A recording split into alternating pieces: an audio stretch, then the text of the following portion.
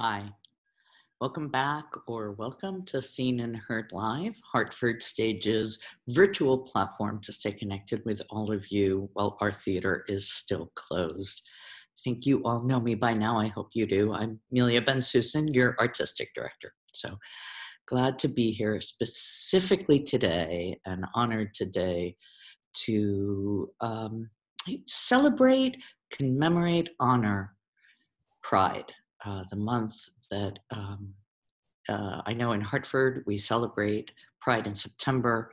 So we are stealing from September and honoring Pride in June with extraordinary guests. Before we start, I'm going to welcome my partner, Cynthia Ryder, Managing Director. Welcome, Cynthia. Hello, how are you? Great. Well, here we are. Here we are. Wonderful to be here joining you for Pride Month nationally. So I'm very proud to be here. Thank you for putting it so clearly. That is really the better way. So I also wanted, along with Pride, we have the commemoration of Juneteenth coming up this Friday. And so I just want to mention that we have a lot of partner organizations across Hartford celebrating, commemorating, and hosting events on Juneteenth, both tomorrow and on Friday, which is at the actual date, June 19th. The Amistad Center for Arts and Culture, Comora's Cultural Corner, who will be on the show a little later here this evening with us. Also Black America United, or Undivided, pardon me, Connecticut's Old State House, and Capital Community College. So please visit their sites for more information.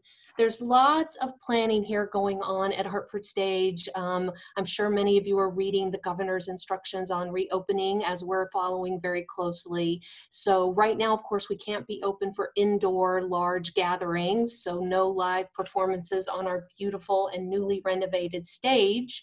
But we are still very active as we're planning for when we can return to production, both here virtually with things like Seen and Heard Live, and also we have a whole bunch of new education programs online. We serve thousands of kids here at Hartford Stage, and this summer is a particularly busy time, so we're moving as much as we can online. So our first adult class that we started here in June for this summer is already ongoing and sold out, but there are more classes for adults and young people. So please check our website, hartfordstage.org, for more details on that. If we can't meet in person, we'd love to be working with you online. So back to Amelia to celebrate Pride here this evening with Hartford Stage. Thank you all. Thank you, Cynthia. And before I continue, let me bring Scott on. Scott, tell us all about Zoom. I know we're all way too good at Zoom now, but it doesn't hurt to encourage people to ask us questions while we're speaking. So go ahead. I'll stay on while you. Not all about Zoom, but just a few things that we'll use for tonight. Hi, everybody. Thanks for joining us. So glad that you're here. We are really going to use the chat feature tonight and the Q&A feature tonight. We love when Seen and Heard is the dialogue between our panelists, Amelia, and our audience. So please send those questions in. We're also live on Facebook. So if you are watching on Facebook, feel free to comment and we'll monitor those as well. And we'll bring your comments and questions and thoughts to the forefront and make them a part of the conversation tonight. So that's pretty much it for me. At the end, as if you've been here before, we do a virtual toast at the end. If you'd like to come on, bring your video on and your microphone on at the end, you can go ahead and raise your hand at the end, and then we know we can bring you on. So we always look forward to that moment. But back to you, Amelia. Thanks, Scott. I'm really glad about today's topic and really grateful for this platform. I do want to say first, I don't know how you are all doing as Cynthia talks about our theater still being shut and as we're still trying to figure out what happens next.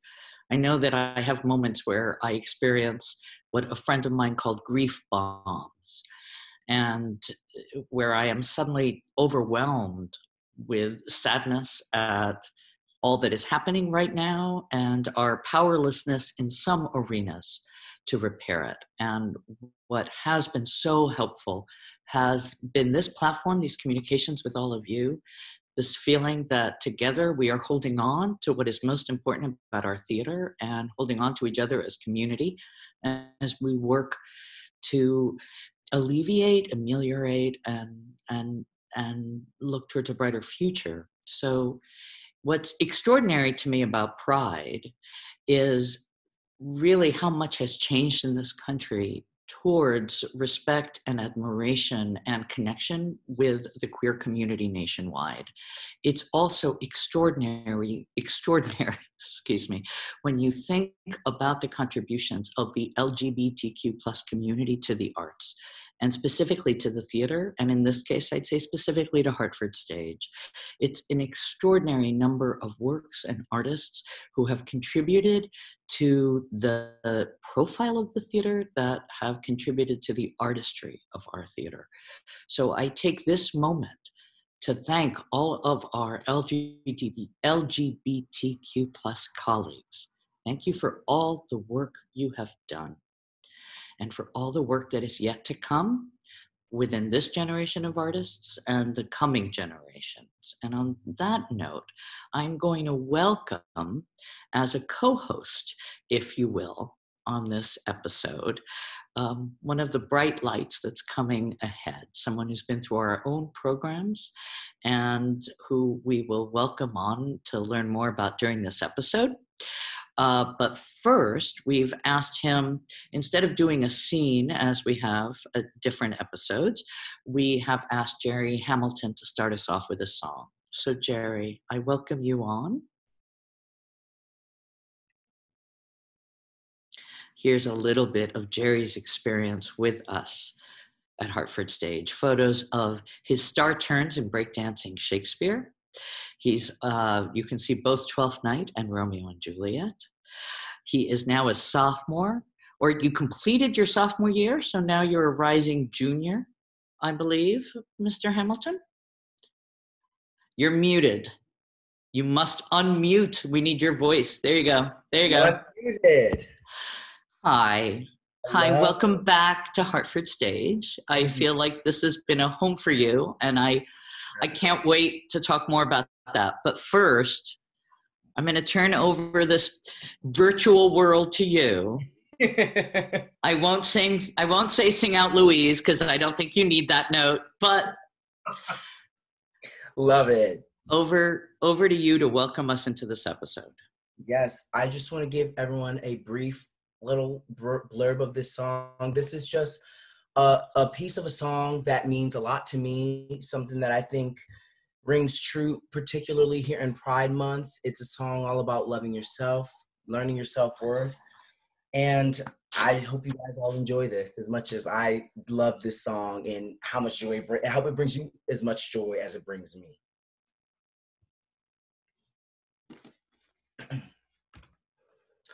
One moment, technical difficulties.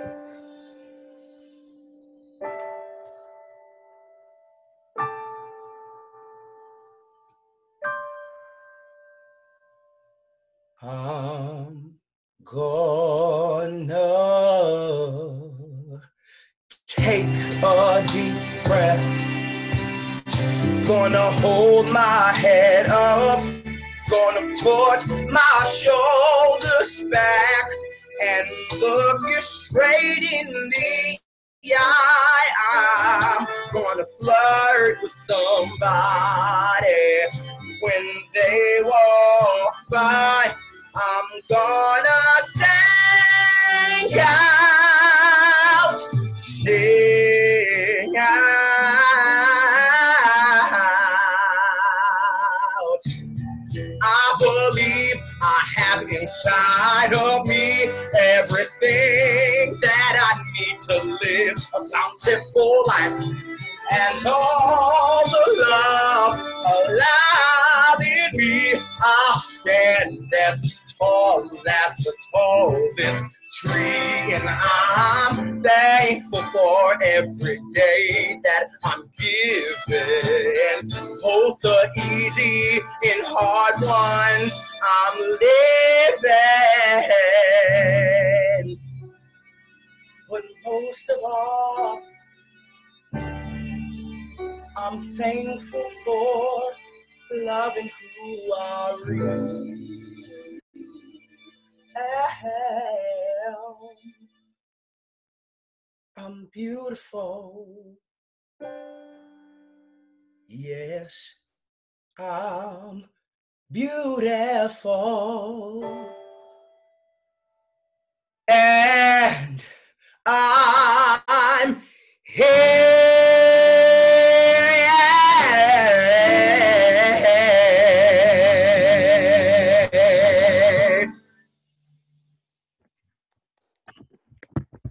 Amazing. I hear much applause. I hope you can hear it. These are one of these leaps of imagination and faith that Zoom forces us to engage in. That was stunning and so beautiful. Thank you, thank you, thank you. Of course. And welcome to the show. Welcome to Seen and Heard Live here at Hartford Stage. I'm happy to be here. I've been thinking, of course, of intersectionality, of struggles in this country, of what this moment does and doesn't do for us, right? And the variety of struggles that folks are having. Absolutely. Especially, I can't imagine right now a harder role than to be a Black queer activist in this country, right? A shout out to the Supreme Court decision, giving us some rights, giving our queer community. We just have to enforce them and talk about how we enforce that. So we will do that. Something that I read this week that really moved me. There's a novelist named Carmen Maria Machado. A shout out to her work. I recommend for you fiction readers out there, Her Body and Other Parties is an amazing book of short stories. And she talks about how queerness is something that lets you feel that the world is not enough, that something is missing, and says that by being queer, history opens a door for you. And to go through it, you need two things: to know that the world is not enough and to do something about it. Absolutely. So I sort of throw that out as something for us to think about through this episode of how the arts, specifically theater, and of course here specifically Hartford Stage, can open doors and help make change, help make things, help celebrate. Absolutely. All our voices. So tell us a little bit about you. Now that I've gone on and on and on. So you started, when did you start at Hartford Stage? I started when I was 14, I believe. The first thing I did with Hartford Stage was Project Transform. And it, for anyone who's not familiar with it, it was essentially, we got a group of young artists together who were passionate about art and like to write and create. And with the help of, I guess that will be here later, James Lacine. We'll soon introduce him. Yes. It's very cool that he's joining us, but go ahead. With his help and his guidance, we were able to create a show in which we got to discuss a lot of things that we were passionate about, issues that we wanted to discuss. It was just, honestly, it was incredible for me to do as a 14-year-old. And I know that it was very impactful for me, and it made me feel like I had a voice, and it made me feel like I could do something in this. And, the world is so big and you can feel so small, but it made me feel like, there's something that I can do. That's it. That says it, right? That's it. Yes. When we talk about our grief bombs or our overwhelming sense, it's like, what can we do? What can you do in a world that is so big, and it can feel like you're so tiny that you can't do anything? But it's times like those where I remember times like Project Transform, like there's always something you do, especially where art is involved. Yeah. Art is so powerful. Art is such a key component to, I think, every society, every community, no matter where you go, anywhere across the world. Art is what changes. Art changes everything. I say that all the time. Art changes. I feel like I can witness that, that this is my little Jewish self calls out amen. I just want to say it is about transformation, right? And so now you're at University of Hartford. You're a Harts student. Yes. You have 2 more years there.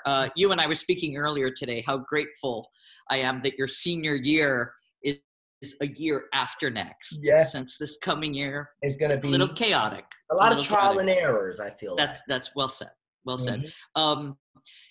And also, just before I forget, I do want to do a shout out. We're doing Project Transform this summer online. So we are, I know, and we have the amazing Nilaja Sun. So that's a whole nother, another episode, I think. But for the moment, I'll say Project Transform is too important for us not to keep, Yes. you know, having that interaction with our community. Mhm. Just a question for you, and then we'll bring in, you know, a few more amazing guests. But I've been thinking a lot about what happens next on your journey and other young artists in terms of what happens in Hartford for you specifically after you graduate from the University of Hartford amazing BFA performance program, right? Because you've come up through the ranks of all our programs. You've done our education programs, you've done Project Transform. You'll be on our main stage as part of the Hart School and Hartford stage relationship, collaboration, which is so great. So what do you imagine happening after that? I know I have a certain fantasy that I, you know, would love to sort of see how we can put in place, that I mentioned a bit of to you, right? But what would help you in Hartford after you graduate from this great program? It's honestly so interesting that you asked that, because, you know, it's something that I've been thinking about a lot, because, you know, most people, you know, they finish their BFAs and, you know, they're like flatlining to the city, and like that's what they're trying to do. But for me, I'm a Hartford native. I moved here from East Hartford when I was about 8 years old. Hartford is like my home, and I think that there's so much to be done here. Particularly, I think for me, something that I would love to do at some point while I'm in Hartford is really get into some of these school systems, you know, some of these school systems that are not the greatest, because I know that growing up, I switched schools a lot because a lot of these school systems are underfunded, Right. are, you know, the children come from backgrounds that they can't necessarily help, and they act out. There's no one to really relate to them or really try to see them and like really see them. And that's like something that I really, really, really would like to like do in my time while I'm still here, because I was fortunate enough to find Hartford Stage when I was 14, and I can only imagine like the power of like art and like finding some of these kids in these underfunded schools and giving them the power of art and that gift, and how that can affect them at that age, and how that can affect the environment of the school. You know, we're obviously working, you know, we're obviously working very hard with trying to get these, you know, these schools funded and all that. But I think just giving these kids art, giving them a platform, giving them a chance to express themselves, talk about the things that they would like and what they love, and finding their passion is just so important. And I just think that is just going to cultivate such a beautiful generation of like artists, and put these kids just in touch with themselves, and they'll know themselves from a young age. And that is one of my You're totally inspiring me. I mean, it makes me think, and I'm just, you know, brainstorming with you here, but we'll have to continue this offline, is what happens if we do like a 5th year University of Hartford, Hart School, Hartford stage collaboration, that to have sort of a year apprenticeship where you're performing with us and also in the schools as part of our education program. So that let's talk about these things. This is so awesome. All about that. I also think this is a perfect bridge, right, for our next guest. So Jerry, do you want to tell us about James, the extraordinary James? James. Do you want me to welcome him on, and then you can tell him? Your call. Welcome him on, because welcome him on. So I am welcoming on James Lacine, a storyteller, actor, writer of plays and screen, young adult novels. He wrote the Academy Award-winning short film Trevor, And now, even if you haven't seen the film, you know of the Trevor Project, right? It inspired the Trevor Project, his founding that, which is the leading national organization providing crisis intervention and suicide prevention services to LGBTQ youth. We're so honored at Hartford Stage to have a long relationship with James. Here I say we, I'm appropriating Hartford Stage's fabulous history, James. I'm claiming you in my prerogative, right? So he's performed in Mystery of Irma Vep, in Motherhood Out Loud, I'm My Own Wife, and his extraordinary, truly extraordinary one-man show, The Absolute Brightness of Leonard Pelkey. And he was also our guest artist leading Project Transform in 2015 with this kid, Jerry Hamilton. So hello, I get to reunite you guys. Okay, first, before we go any further, Jerry Hamilton, your singing made me miss the theater so much. Because, lucky neighbors that you have that they get to hear you sing.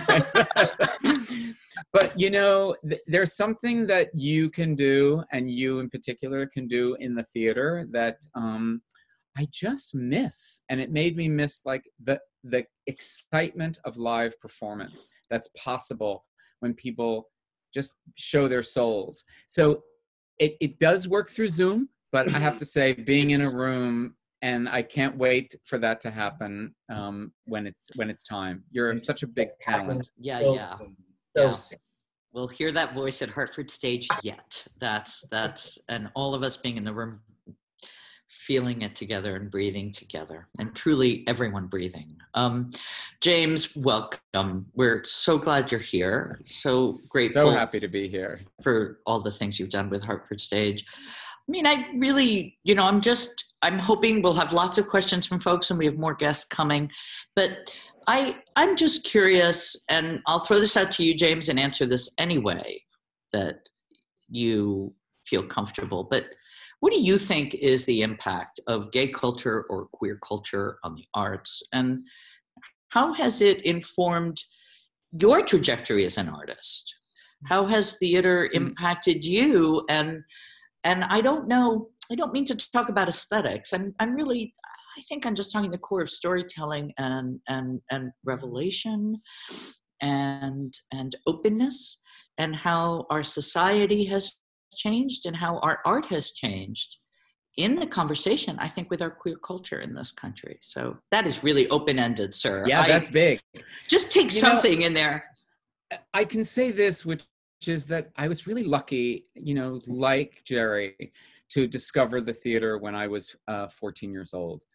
And what it did was it was a window outward into the world, but more importantly, it was a window into myself. It allowed me to really be my full self for the first time. I didn't have to hide who I was. I was part of suddenly a community of people who accepted me for who I was at the time, as much as I could understand who I was at the time. Right. But it became the field in which I was able to grow myself. And then when it became, I came into the theater at a time when being gay was not so welcoming. Right. You could be gay, but you had to keep quiet. You weren't really allowed to talk about it. And that didn't suit me that well. Like, it was a very difficult fit for me. Yeah. And I really struggled very hard to find my way in the American theater at a time when you couldn't bring your whole self into it.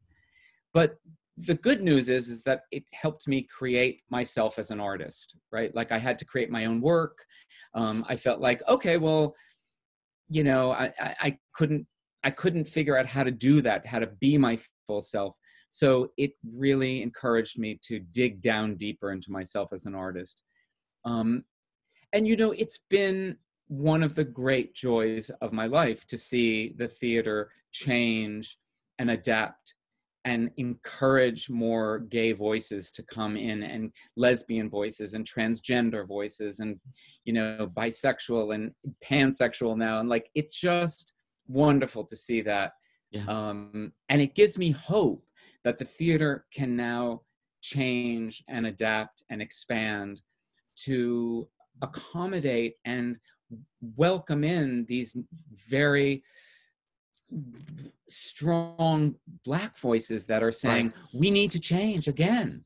Like, and I can see that the theater did it for me as I was coming up. My hope is that they will do it for Jerry, that they will make room for, you know, more diversity, and not just for the sake of diversity, but for the sake of, this is the world that we live in. And the theater's job is to actually give us a picture of what that looks like. That's right. Right. And we don't know who we are right now. Like, this is what to me is so exciting. We are in a profound period, not just the theater, but all artists, I think, are in a profound period of like, wait, what are we doing? What do we want to do? And where do we want to go? It's a nationwide identity crisis, right? I mean, for the field, for the country, the dual public health crises of racism and COVID coming simultaneously, knocking on our doors and saying, this isn't working. And what are we going to do, right? Yeah, and it's an unveiling that I think, you know, a crisis can actually be something that gets us all to reimagine. I feel that at the moment, we don't have the imagination yet, right? We haven't figured out how to imagine the next step because we don't have all the information yet. We're still like, we're all like going, oh my God, right? Well, do you want to tell us about the Future Perfect project? Because talking about imagination and what happens forward. Well, you know, around the time that I was working with Jerry, about shortly after that, I started to actually notice that something unusual was happening with young people, and specifically LGBT and allied young people, that I had never seen before. I've been working with young people for, you know, about 25 years, and seen them grow up and worked with them, you know, and I started to see something that I'd never seen before, which was astonishing to me, which was a social justice component that I'd never seen, an ability to, you know, just to be so well informed and to be able to articulate their feelings, but also what they could see in the world. They were also incredibly connected in terms of the internet, had given them so much more, I don't know, confidence. Mm-hmm. And I felt like there was something happening. It was like a very quiet revolution that was happening that nobody was paying attention to. And I just decided that I was going to travel around the country and find out if it was happening everywhere. So I started this arts initiative along with my friend who's a singer-songwriter named Ryan Amador. And we traveled to Alabama and Arkansas and Indiana and Indianapolis and Washington State and California. We just went everywhere to find out if this very quiet revolution was happening in all these places. And strangely, that the places where there was more pushback, there just seemed to be a stronger need for these voices to actually voice who they were. And what we were doing was we were giving them the space and the tools to be able to just express themselves, to be able to tell us what was on the inside, because we believed that their self-expression was a declaration of a better world for everybody. It was just like they were seeing the future. And it's interesting because you read that beautiful quote. You started with that beautiful quote. And I just want to read this thing, which was one of the inspirations behind starting the Future Perfect project. Yeah. It's by Jose Esteban Munoz. It's from a book he wrote called Cruising Utopia. So this is interesting because that is who Carmen Maria Machado is quoting. And so we're totally in sync on this. That's amazing. That is totally amazing. So it is this, that's exactly who she says has influenced her. So you go. Me too. That's awesome. So he said, queerness is not yet here. Queerness is an ideality. Put another way, we are not yet queer. We may never touch queerness, but we can feel it as the warm illumination of a horizon imbued with potentiality. We have never been queer, yet queerness exists for all of us in an ideality that can be distilled from the past and used to imagine a future. The future is queerness's domain. And I just felt what I wanted to do was to give the future the tools and the space to be able to express themselves, which is what I've been doing for the past 3 years. Right. And once, the pandemic happened, we quickly pivoted, and because we weren't able to travel anymore, and we started doing these workshops online, these creative workshops with young people in their bedrooms all over America, which is like some crazy dream come true. And it's sort of doing what we did, Jerry, by, all of us coming together once a week, but we do it twice a week, and nobody has to leave their home. Still, it's not as good as being in person. Right. But during this time, those kids, it's a they solve. need It's a way in. Yeah. I am going to welcome a couple of other folks who are really vibrant in this area and who will help define, I think, where Hartford goes next. I'm terrifically grateful for their, in some cases, already existing partnership, and in some cases, future, in both cases, for more work to come.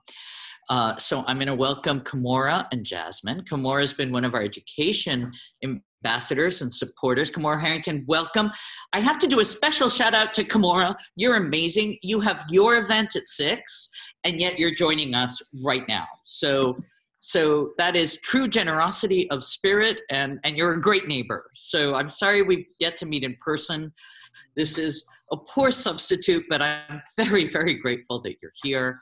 And I'm also going to welcome Jasmine Agosto, who over the past year or so has been, is one of the first people I was lucky enough to meet in Hartford, scheming how to get La Sala Femme as a late night series for us at Hartford Stage. And Jasmine, I'm not giving up on that. That is part of what needs to happen next. And also a big thank you to Jasmine, who curated our extraordinary visual art exhibit that happened upstairs to Quixote Nuevo in our upper lobby. So that was just, right? Como veo lo que veo. Y mira, estamos todos.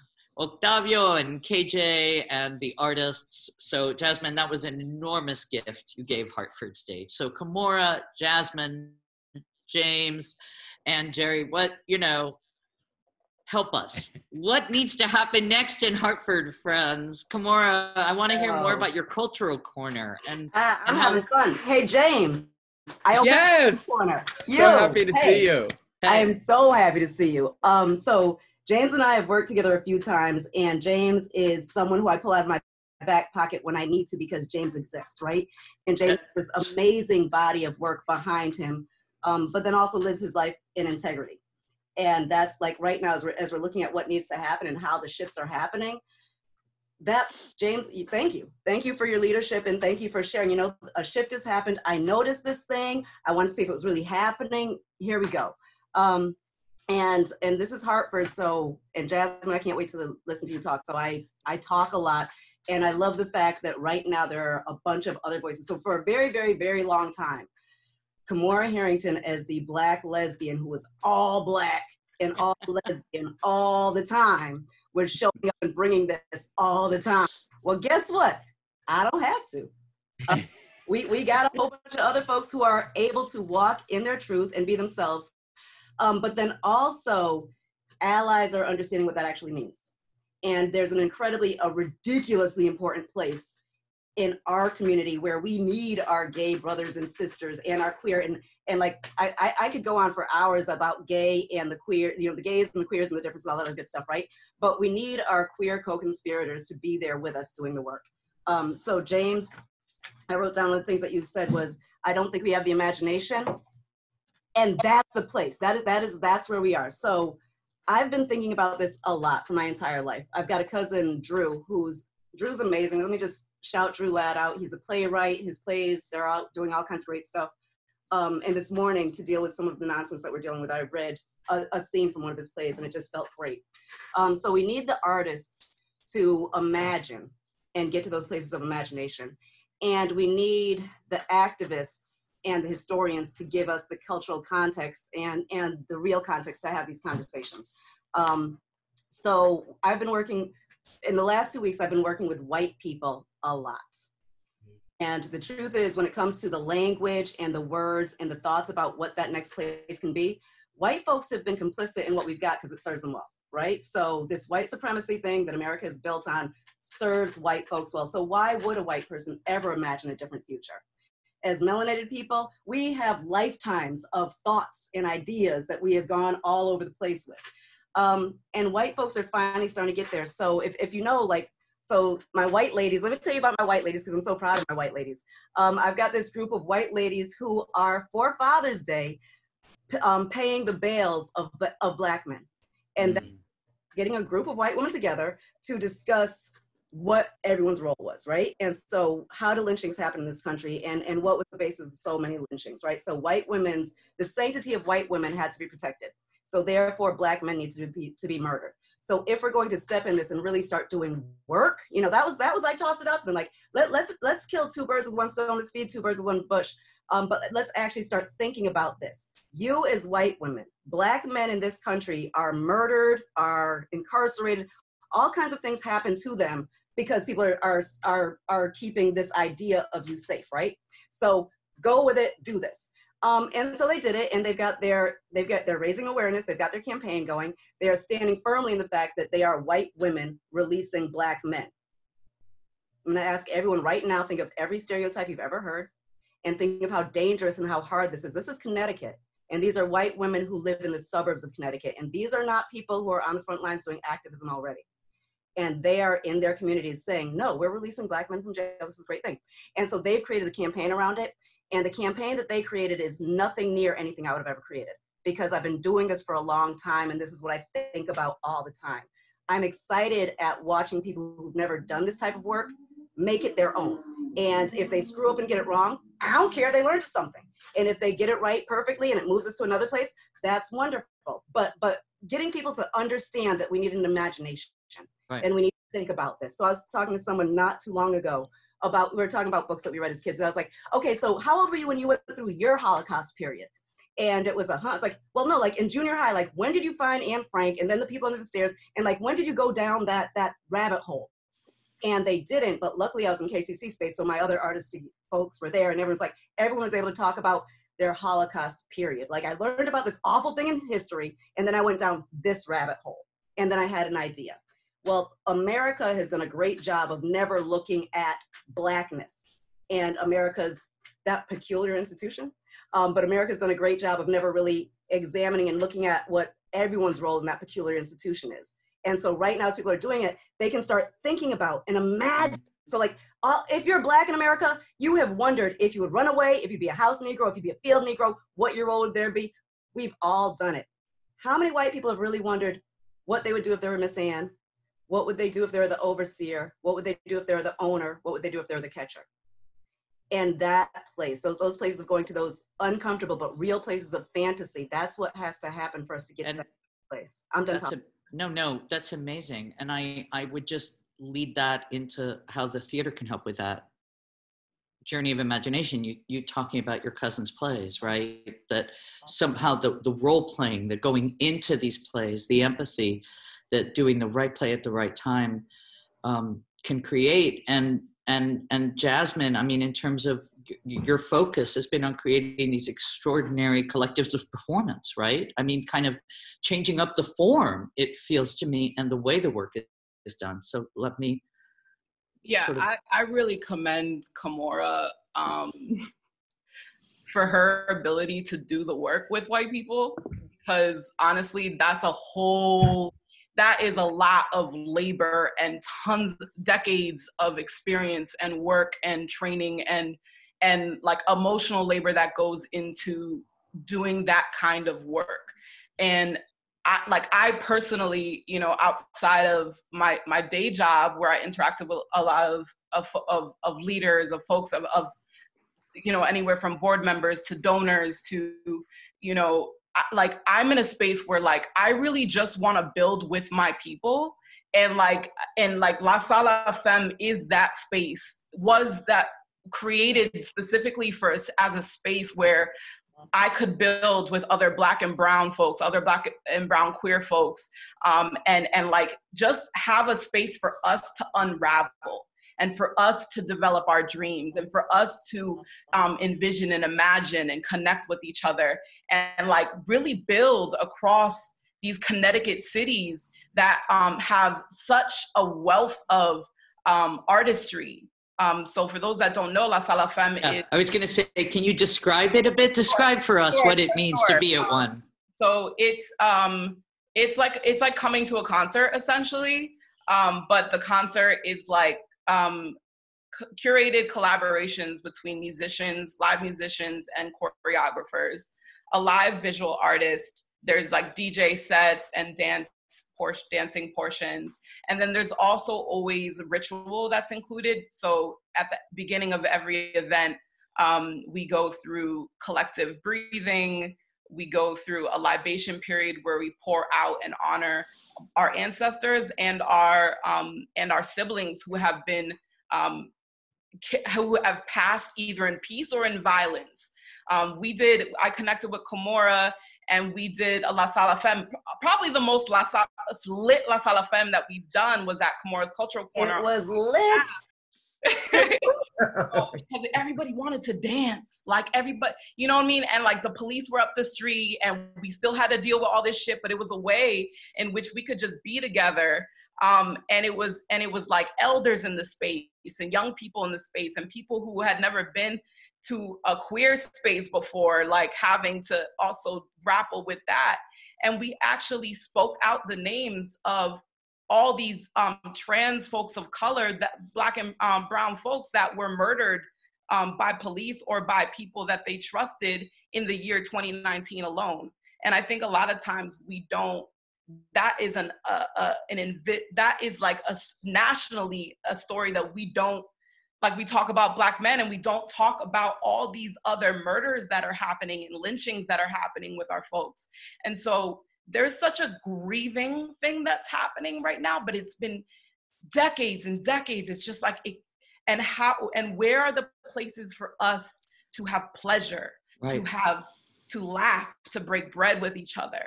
And so to me, like La Sala Femme was a space for me to personally connect with my folks.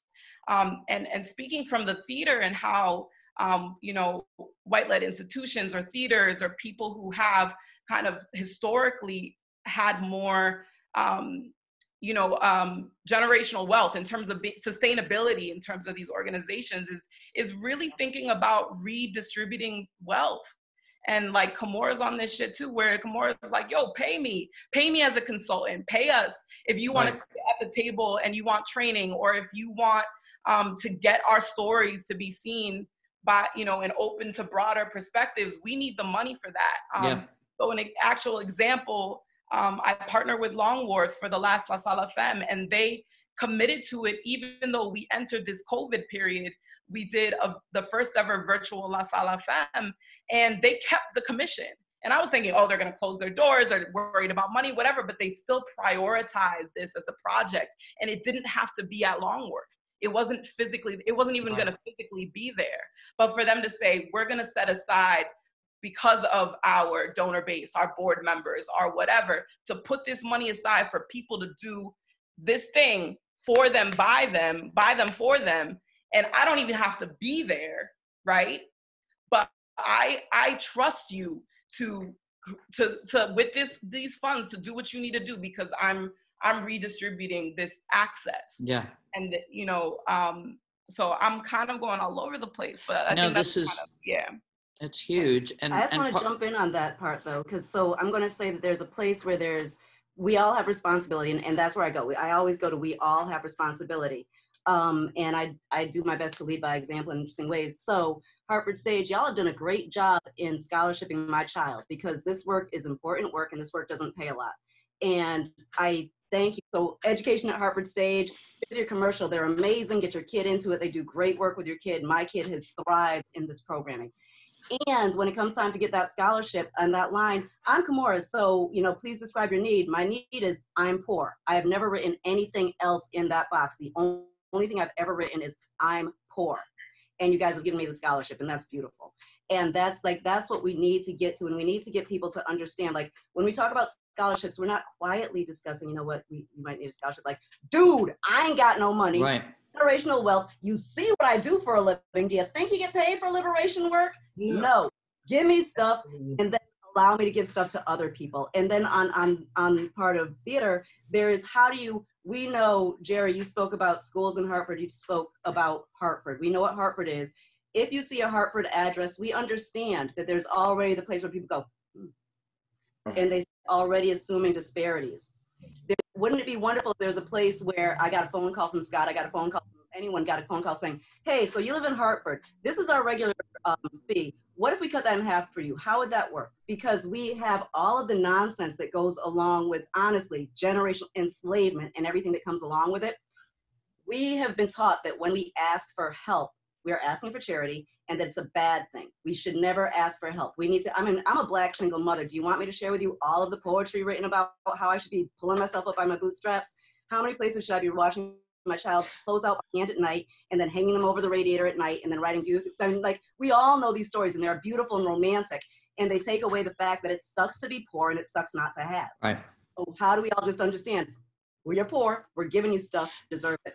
Well, and I would say beyond, I'm grateful for the shout out to our education programs, because I do think they're amazing. And Jerry, you can share more of your experiences with them. I guess what I would bring us back to, trying to hold all of these things, or rather asking all our listeners to hold all these different thoughts, is how the theater and the arts bring joy and connectivity to people. That you're talking about La Sala Femme, we hear Jerry's song, we through Kimora's work, that there's activism and artistry. James, this has been your whole life's work as well, it feels to me.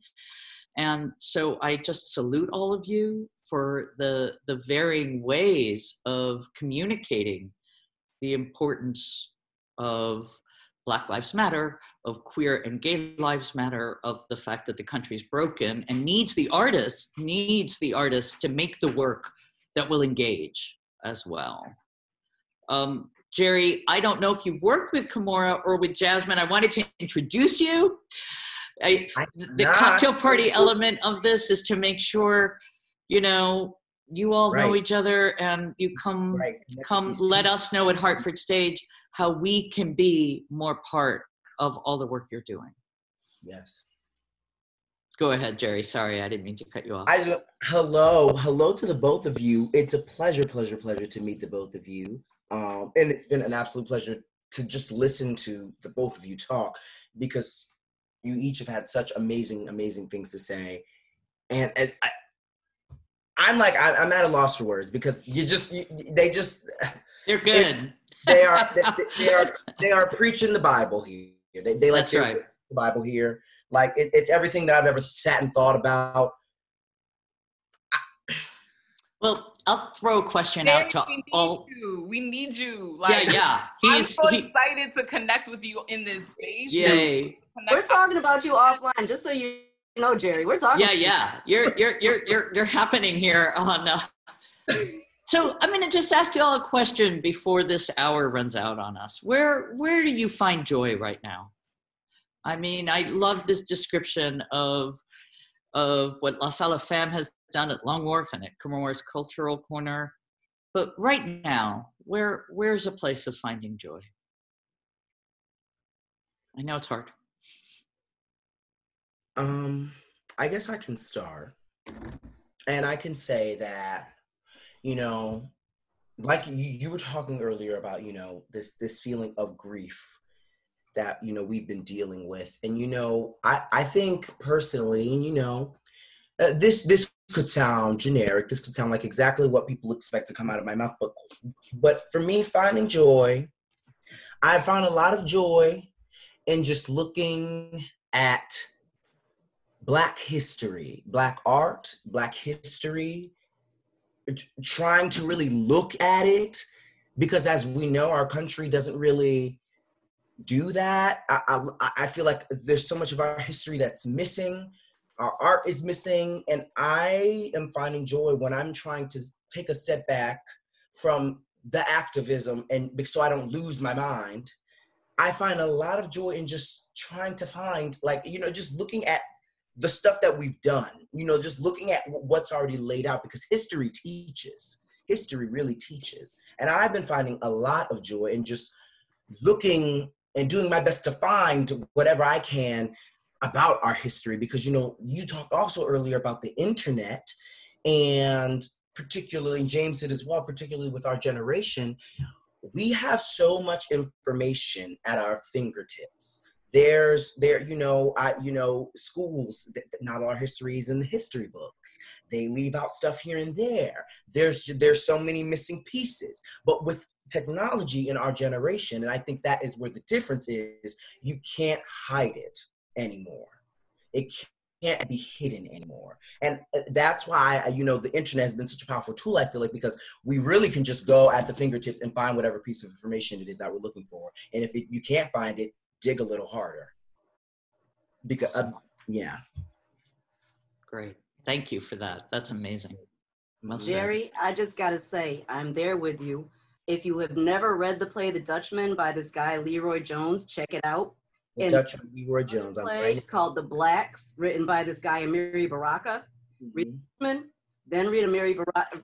Read The Dutchman by Jones, then read The Blacks by Amiri Baraka, and then go down that rabbit hole, because you just get on the place where, like, so much of our history is in the theater. Like when you it's right, and they're the same person. I mean, well, that's exactly why I said it like that. That's absolutely, it's brilliant. So he wrote The Dutchman when he was going through his divorce with a white Jewish woman. Mm-hmm.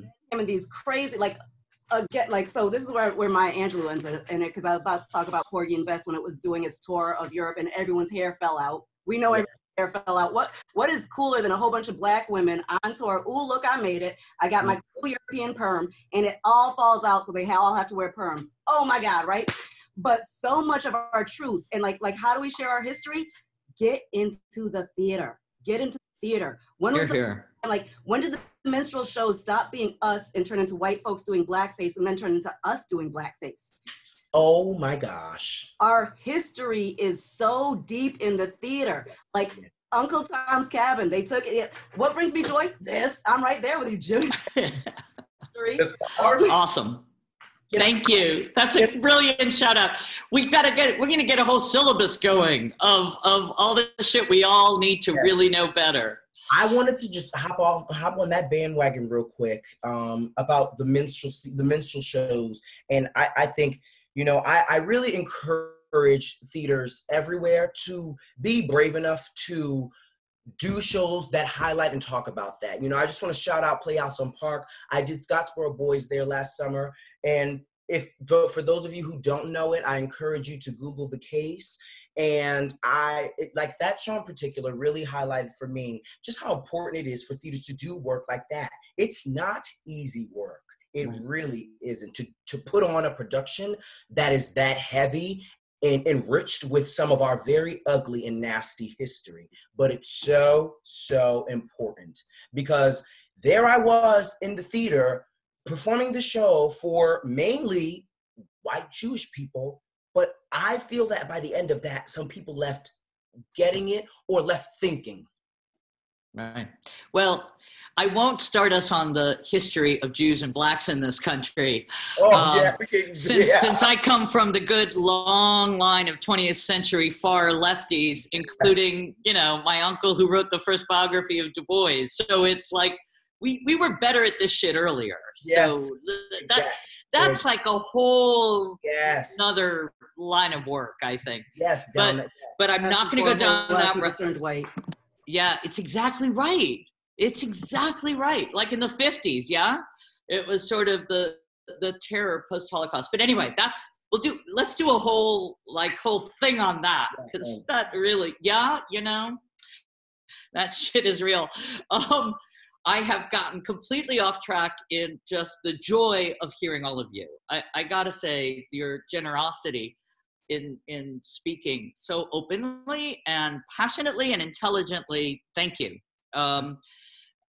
James and Jasmine, quick shout outs to you two. What brings you joy, or how do you see the theater helping us? And then I'm gonna welcome on a few more folks and we'll wrap up.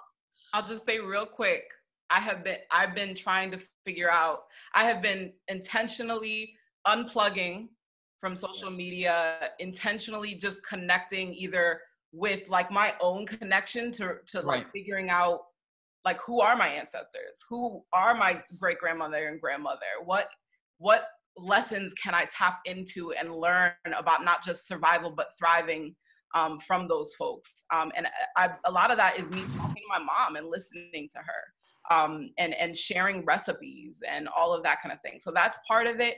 And then part of it is just like, I'm gonna throw on a live DJ set, I'm gonna dance, I may or may not have clothes on, I'm gonna like find any outdoor spaces that I can to get some vitamin D, like all the like small joys, daily possible joys. So I'm gonna just shout that. That's awesome. Thank you. And James? just very quickly, I can say that for me, being around and being in the spaces with young people is where it's happening. It's where the joy is.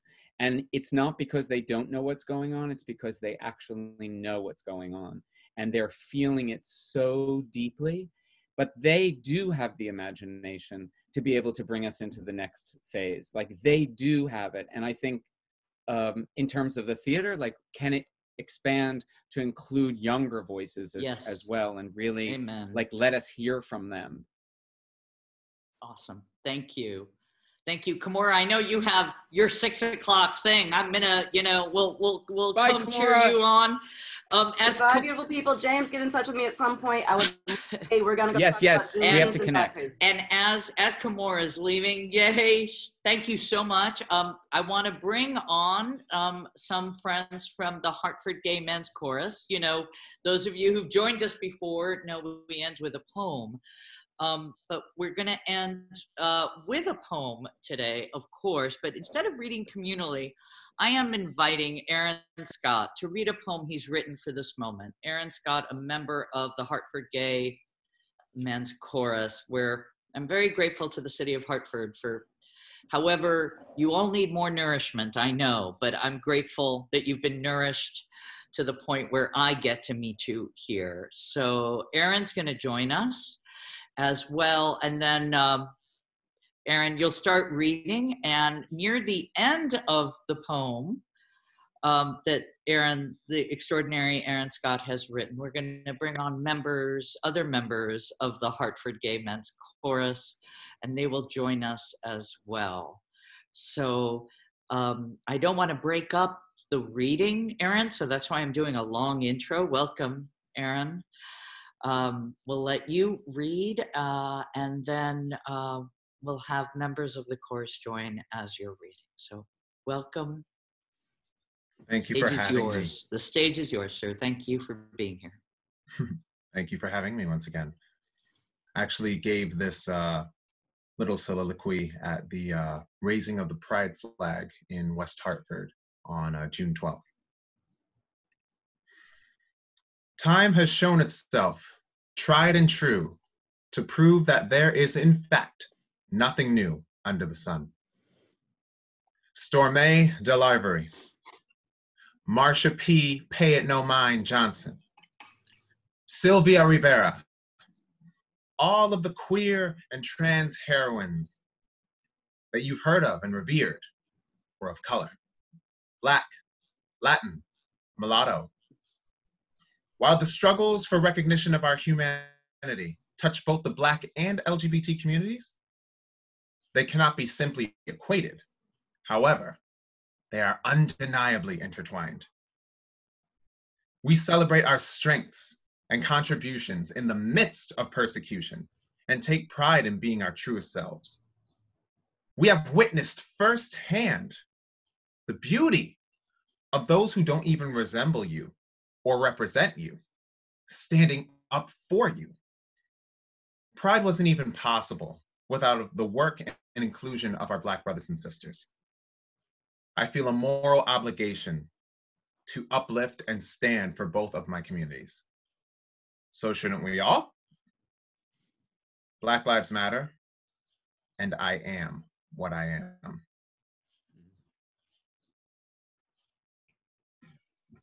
I welcome other members of the Hartford Gay Men's Chorus. Thank you. Thank you, Aaron. Robert, I think you're on as well. I So we am can- what I am, and I'm proud. Happy Pride, everybody.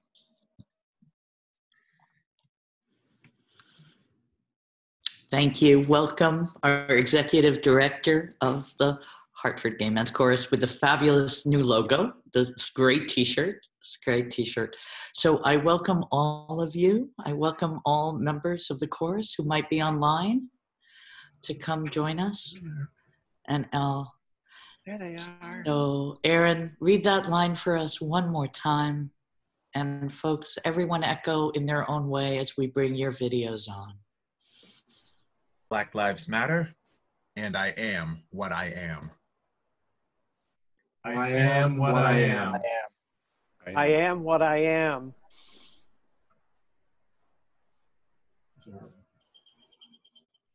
Thank you. Thank you all so very much. Let me welcome everybody on now. Anyone who'd like to join us for the toast, how we always end these, and we can all do shout outs to these extraordinary guests and to the community in Hartford. So I welcome everybody. Turn on your videos if you're game to join us as we get ready for our toast. I will share a little bit about next week, that in honor of Father's Day, we're going to be working in partnership with Stephen Rader Ginsburg at University of St. Joseph, and with Godfrey Simmons, my colleague at Heartbeat Ensemble, and Abdul Rahman Muhammad from My People Clinical Services. And they've created this amazing thing called the Fatherhood Project, a series of self-written monologues from 10 Black fathers in Hartford. No better way for us to celebrate this moment and Father's Day on Seen and Heard. So here we all are. I want to raise, we'll raise our glasses, yes, to see everybody. Thank you for being with us. And I will say to Pride, to Amor, right? To Pride, to everyone having a place in a more equitable and more just society, and may theater have a part in that. So thank you, all of you, for joining us. So happy Pride. Happy Pride. Thank Happy you, Pride. everybody. Right. Thank you. Wonderful to see your faces. Cheers to all. Cheers. Yay. Hartford Stage Community, Hartford Community. Kamara, Jasmine. Thank you, our extraordinary guests. James, we need you back at Hartford Stage.